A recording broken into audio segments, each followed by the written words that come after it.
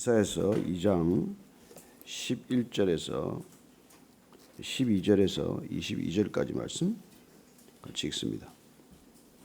시작.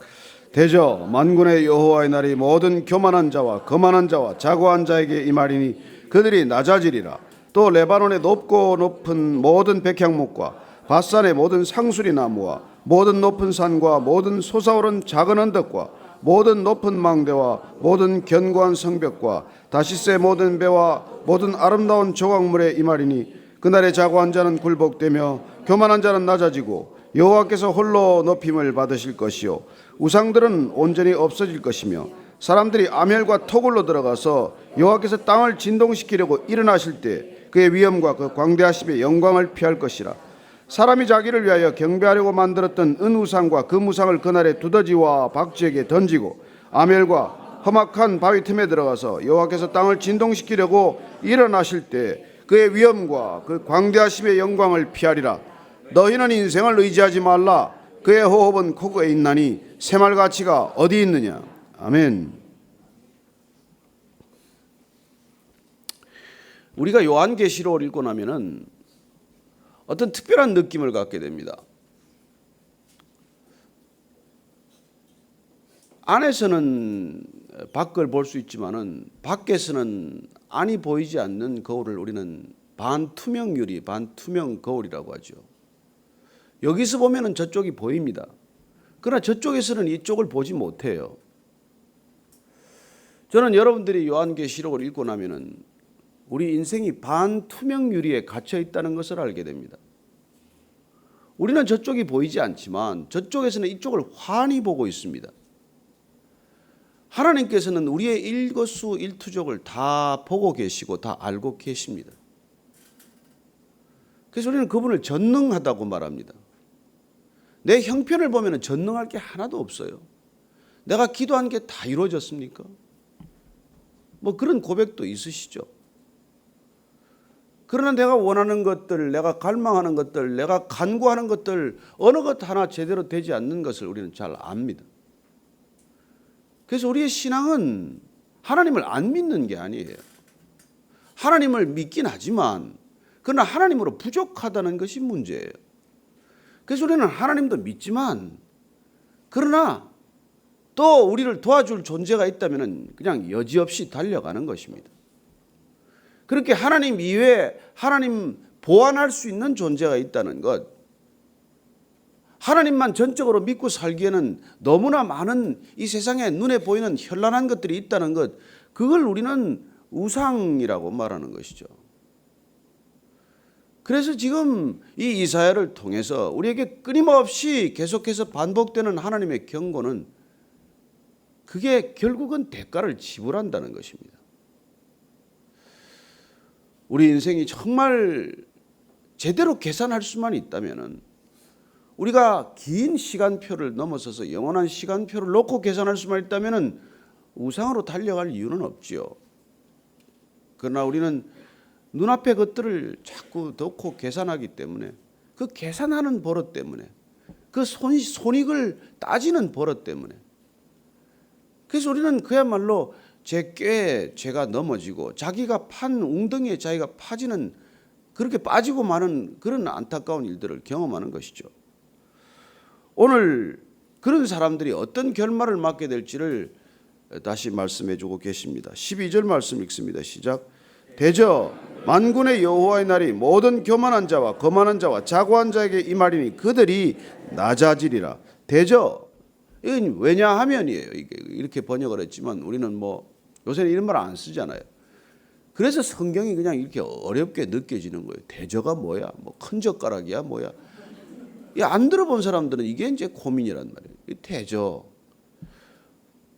그 위에 11절을 한번 더 읽으십시다. 시작. 그날에 눈이 높은 자가 낮아지며 교만한 자가 굴복되고 여호와께서 홀로 높임을 받으시리라.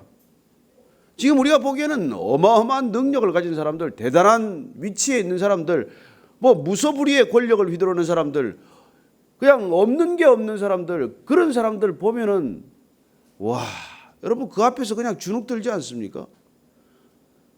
우리는 그런 사람들 따라가기가 아니라 그냥 쳐다보기도 버거운 사람들이 있어요. 어떻게 모든 걸 다 갖춘 사람들이 있습니까? 그런 사람들 보면 주눅이 들지만, 그러나 오늘 하나님께서는 그렇게 끊임없이 자기를 높이는 사람들은 반드시 낮아진다는 거예요. 그런 날이 있다는 것입니다. 왜냐하면 만군의 여호와의 날이 있기 때문이라고 말합니다. 여러분, 이 시간만 가지고 살고 인간의 시간만 가지고 살면 뭐 그게 그럴듯한 관점 같지만, 반드시 여호와의 날, 하나님이 택하신 날, 심판의 날, 마지막 결정의 날이 있다는 것입니다. 우리가 뭐 다 알다시피 우리는 누구나 죽음의 날이 있지 않습니까? 우리 개인에게도 종말의 날이 있단 말이에요. 어떤 사물에게도 종말이 있지만은, 어떤 인간에게도 종말이 있지만은, 어떤 역사에게도 종말이 있지만, 어떤 국가에도 종말이 있지만, 이 모든 것들의 종말이 있다는 것입니다. 여기서 여호와의 날은 마지막 심판 날일 수도 있고, 또 하나는 이 남유다가 멸망하는 날을 말하고 있기도 한 것이죠. 여러분, 나라가 쉽게 망할 것 같지 않지 않습니까? 로마가 망할 것 같겠습니까? 로마 황제들이 그 나라가 망할 거라는 생각이나 하고 살았겠습니까? 그러나 망하는 날이 온단 말이에요. 조선조라고 하는 그 왕들이 나라가 망할 거라는 생각을 했겠어요?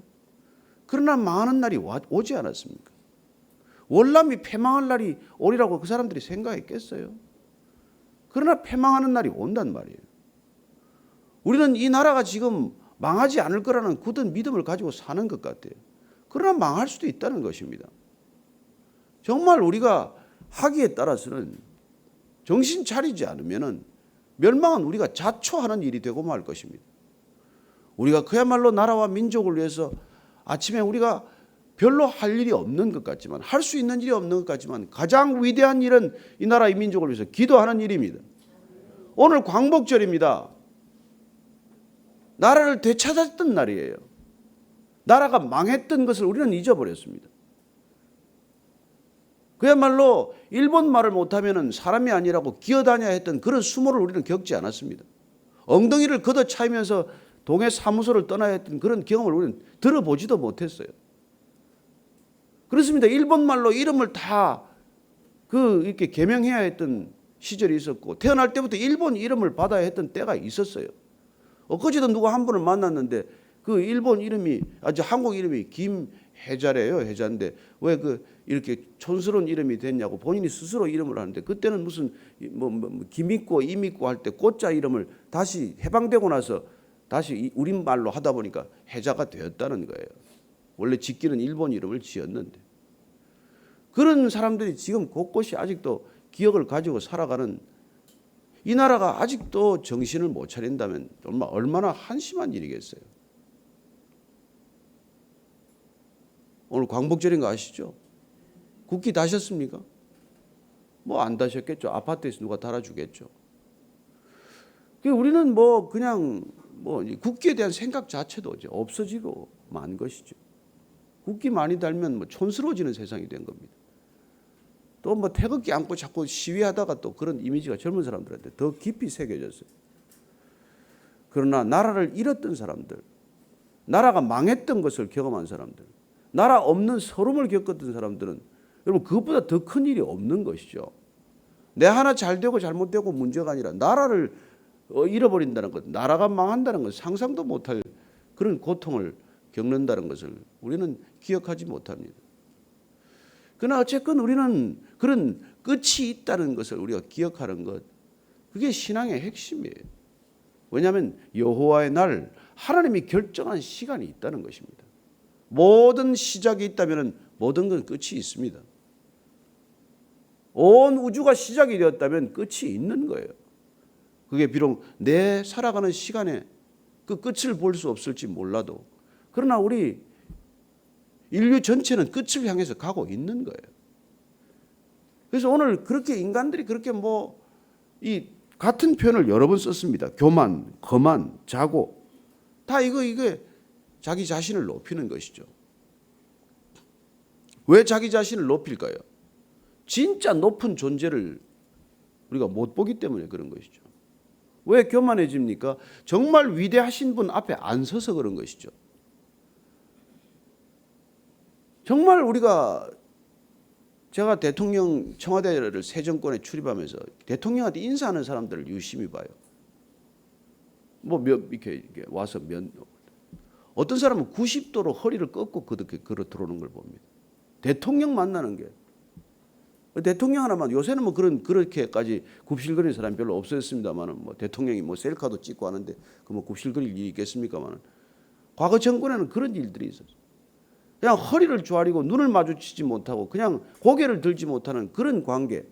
그게 권력 앞에서 인간의 초라한 모습이에요. 그러나 오늘 결론은 뭐라고 말씀하시는지 아십니까? 인간이 뭐가 그렇게 대단하냐는 거예요. 뭐가 그렇게 대단하냐고 말합니다. 뭐가 그렇게 대단해서 그렇게 교만할 수가 있냐는 거예요. 뭐가 그렇게 대단해서 그렇게 자만하고 그렇게 거만할 수가 있냐는 것입니다. 그리고 자만하고 교만하고 거만한 사람들의 특징은 한마디로 그 안에 우상이 가득한 사람들이라는 것을 알게 하십니다.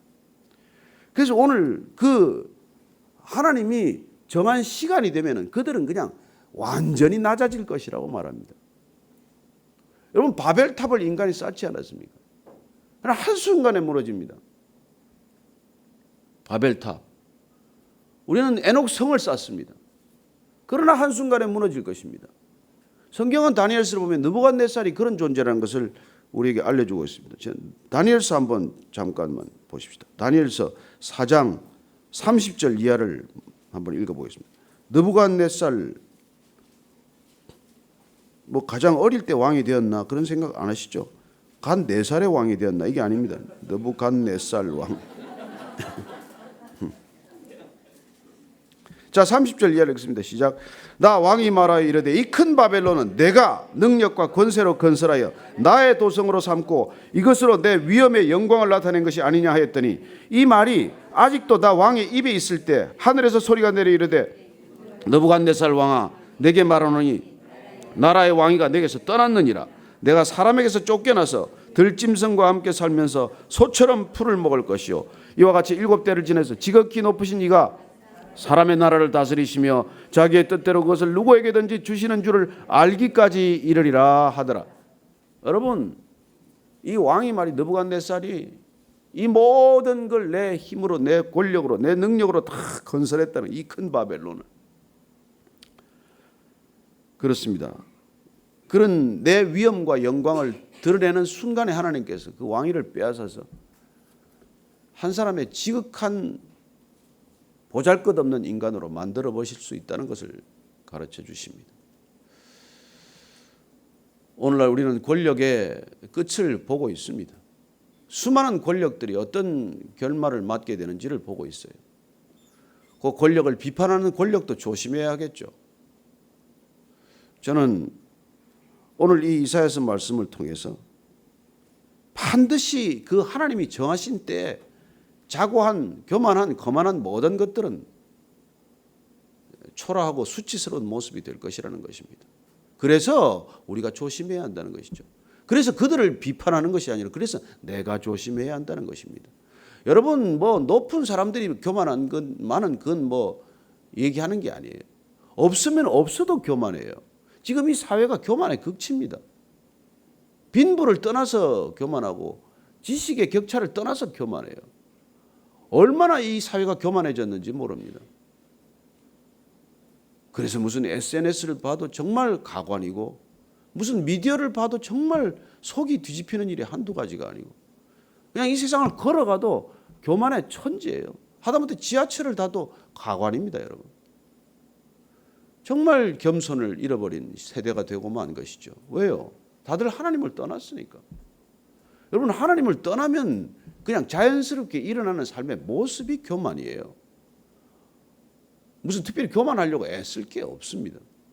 하나님을 의지하지 않는 순간, 하나님을 버리는 순간 인간은 자연스럽게 교만의 길로 접어드는 것이죠. 그래서 인간이 추구하는 이 모든 것들은 이렇습니다. 레바논의 높고 높은 모든 백향목, 바산의 모든 상수리나무. 이 백향목은 말이죠. 가보니까 제가 레바논에 갔더니 높이가 40m예요. 나무가 너무나 멋있어요. 나무 중에서도 정말 기가 막힌 나무죠. 밧산의 모든 상수리 나무, 그 기름진 땅에서 솟아오르는 나무들 보면은 정말 나무 하나하나가 장엄한 나무 같아요. 모든 높은 산, 모든 솟아오른 작은 언덕, 모든 높은 망대, 모든 견고한 성벽. 사람들의 꿈이다 높은 망대와 이 견고한 성벽을 짓는 거예요. 그 당시에 또 사실은 이 요아스 왕이나 이때 다 그걸 지었어요. 망대 짓는 게 큰 이 공사, 국가의 국력을 기울여서 하는 공사들이었습니다. 또한 이렇게 다시스의 모든 배, 그걸 이 배들이 왔다 갔다 할 수 있는 엘랏 항구라는 걸 만들었어요. 또 항구도 만들어서 모든 배가 들어올 수 있도록. 그래서 교역의 극대화를 추구하고, 그래서 재물의 극대화, 국가 부를 극대화시키는데 전력을 쏟은 것이죠. 그러나 그 모든 것들이 말이죠, 한순간에 그날에 여호와의 날에 자고한 자는 굴복되며 교만한 자는 낮아지고 여호와께서 홀로 높임을 받으실 것이요 우상들은 온전히 없어질 것이라고 말합니다. 하나님께서 왜 그야말로 심판을 허락하실까요? 왜 태풍을 허락할까요? 그럼 태풍이 불어야 한번 쓸어가야 이게 아래 위가 뒤집어지는 것이거든요. 이 인간이 말이죠, 이 부패하고 타락하기 시작해서 생긴 자연의 재앙 중에 하나가 적조 현상 아닙니까?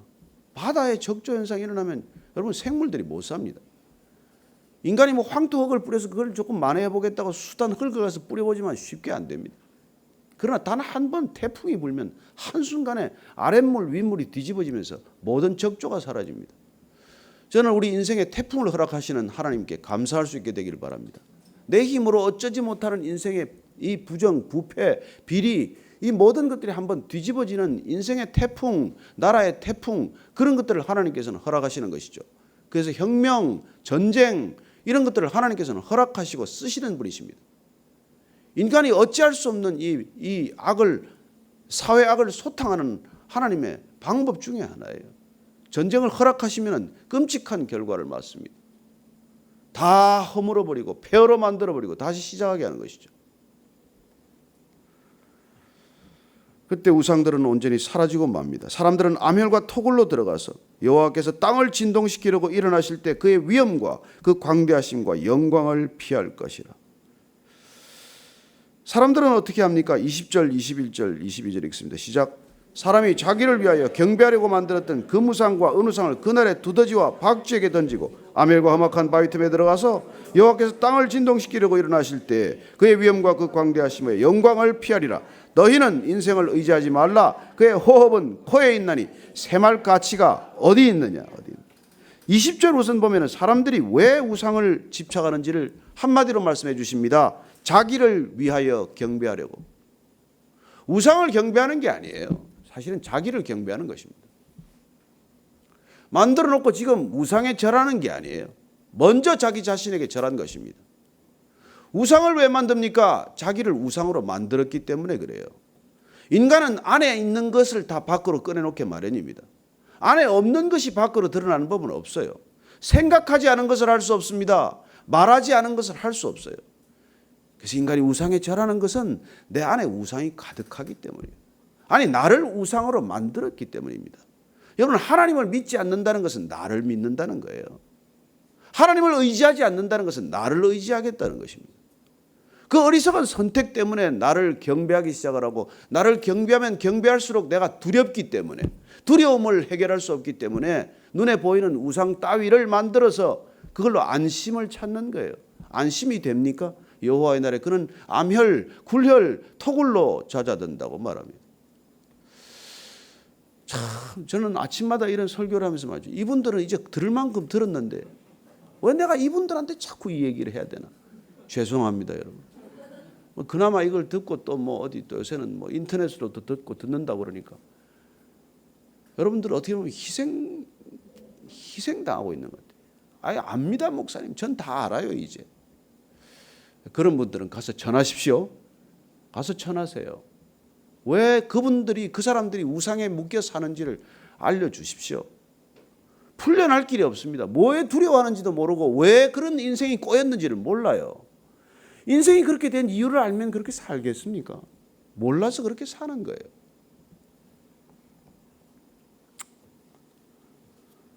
우리가 오늘 아침에 결단할 것은 그냥 22절입니다. 한 번 더 읽습니다. 시작. 너희는 인생을 의지하지 말라. 그의 호흡은 코에 있나니 샘할 가치가 어디 있느냐. 이것도 번역이 너무 어려워서 뭐 이렇게 돼 있는데, 사람 믿지 말라는 거예요. 사람 신뢰하지 말라는 것입니다. 여러분, 사람은 사랑해야 합니다. 서로 사랑하라. 그래야 우리가 교회 되죠. 그러나 성경 어디에도 사람을 믿어라 이런 표현 없습니다. 사람을 믿어라 그런 거 없습니다. 그럼 사람 믿다가 당하면 누구 잘못인데? 하나님 어떻게 이럴 수가 있습니까? 아니요. 자업자득이죠. 사람 사랑해야 합니다. 그러나 믿어서는 안 돼요. 믿을 수 있는 사람은 없습니다. 여러분, 아침 저녁이 다른 게 사람이고, 어제 오늘이 다른 게 사람이고, 작년 올해가 다른 게 사람인데 뭘 사람을 믿어요? 믿기는. 믿지 않고 어떻게 사랑합니까? 하나님께서 우리를 그렇게 사랑하신다는 거예요. 하나님 우리를 믿어서 사랑하는 게 아니에요. 사랑하기로 결정하셨기 때문에 사랑하는 거예요. 그런데 신기하게도 사랑하고 또 사랑하고 또 사랑했더니 그래도 그나마 믿을 만한 사람이 되어 간다는 것입니다. 자녀를 그렇게 끊임없이 사랑했더니 그래도 전혀 믿을 수 없는 그야말로 그런 아이들이 믿음직한 사람들이 되어가는 것이죠. 그렇다고 해서 끝까지 그 아이들을 믿다가는 뭐 나중에 어려움을 겪을 것입니다. 믿지 말라는 거예요. 의지하지 말라는 건 말합니다. 여러분, 믿기 때문에 의지하는 거 아닙니까? 믿기 때문에. 그의 호흡은 코에 있나니. 저는 뭐 이 말씀 생명은 호흡지간이다. 이게 생명은 호흡지간. 인간의 생명은 호흡지간이다. 들숨 다시 내쉬지 못하면 끝나는 거예요, 인생.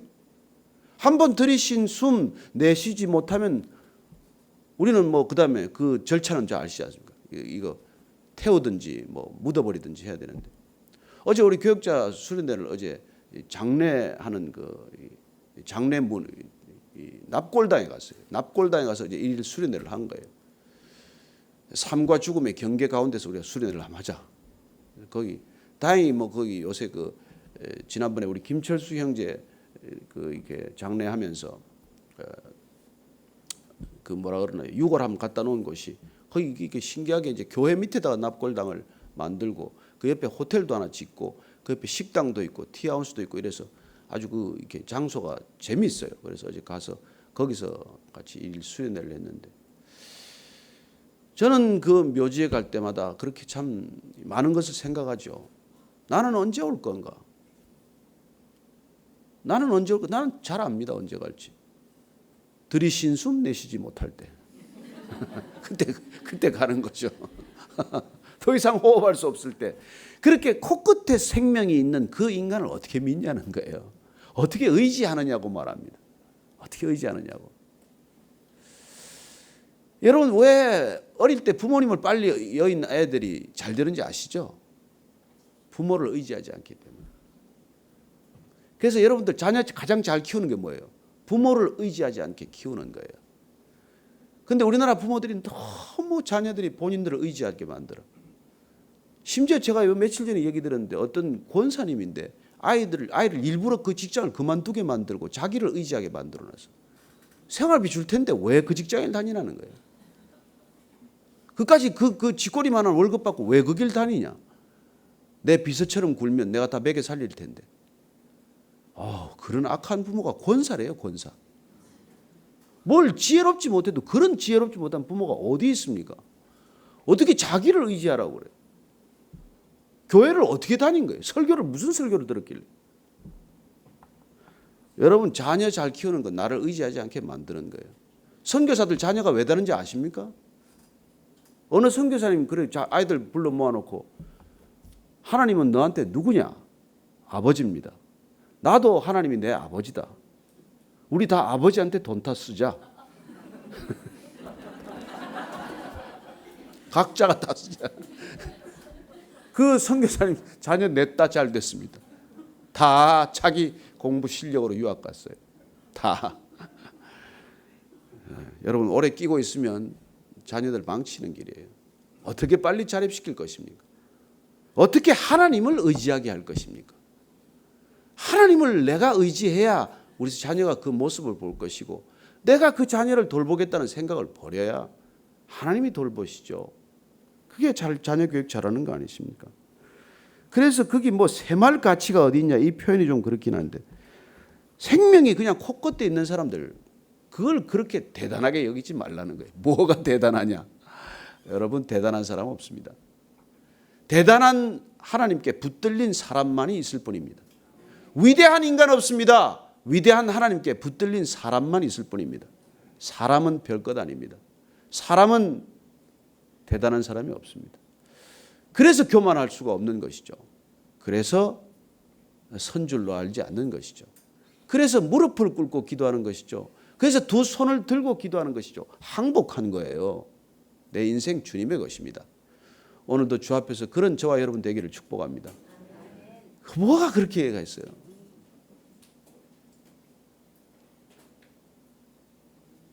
이 처음으로 우주선을 타고 밖으로 나간 우주인 이름 아십니까?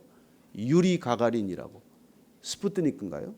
타고 나가서 지구를 딱 보고 이 사람이 처음 뱉은 말이 뭡니까? 돌아와서 한 말이. 나가서 보니까 지구가 너무 작아서 여기서 싸워서는 안 된다는 걸 알았다는 거예요. 싸우기에는 너무 작더라는 거예요. 이 안에서 뭘 싸우느냐 그 생각을 했다는 거예요. 제가 아는 그 일본의 TBS 출신 이 사람은 우주선 한번 타고 내려와서 그냥 다 버리고 시골에 가서 농사 지으러 갔어요.